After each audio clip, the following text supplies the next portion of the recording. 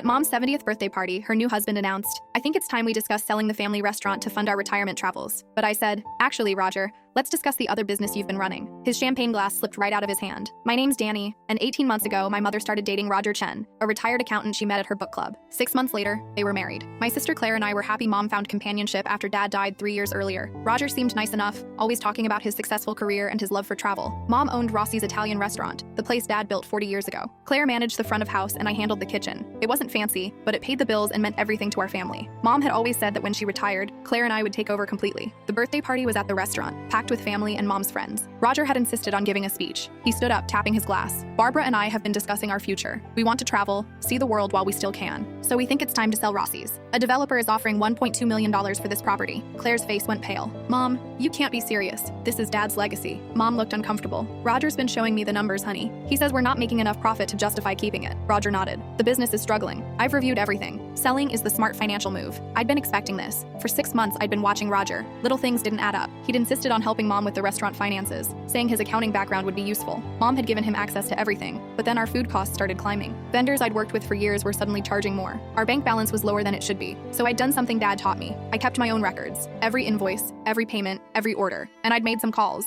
I walked to the front of the restaurant and pulled out my phone. "Before we sell Dad's restaurant, let's talk about where the money's actually going, Roger." Roger's confident smile faded. "I don't know what you mean." I opened my email. 3 months ago, you renegotiated our contract with Lombardi's Produce. Told them Mom authorized a new payment structure. Instead of our usual $3,000 monthly bill, you set up payments of $4,500. Roger shifted. Prices went up everywhere, except you kept telling Mom we were paying $3,000. The extra $1,500 every month went to an account you control. I called Vincent Lombardi myself last week. He was very confused about why we'd want a kickback arrangement. Claire stood up. "What?" I kept going. "Then there's Castellanos Meats. Same thing. You inflated our bills by $2,000 monthly and had them deposit the difference to your account. And Premier Wines, another $1,800 a month." Mom had gone completely still. "Roger, is this true?" Roger tried to laugh it off. Danny's confused. "Those are standard business arrangements. I have the bank statements, Roger. 9 months of them. You've stolen $47,700 from Mom's business. That's why the numbers look bad. That's why you want to sell. You figured you'd take half the sale price and disappear before anyone noticed." The room went dead silent. Roger looked around at all the faces staring at him. "This is ridiculous. Barbara, your son is trying to cause problems between us."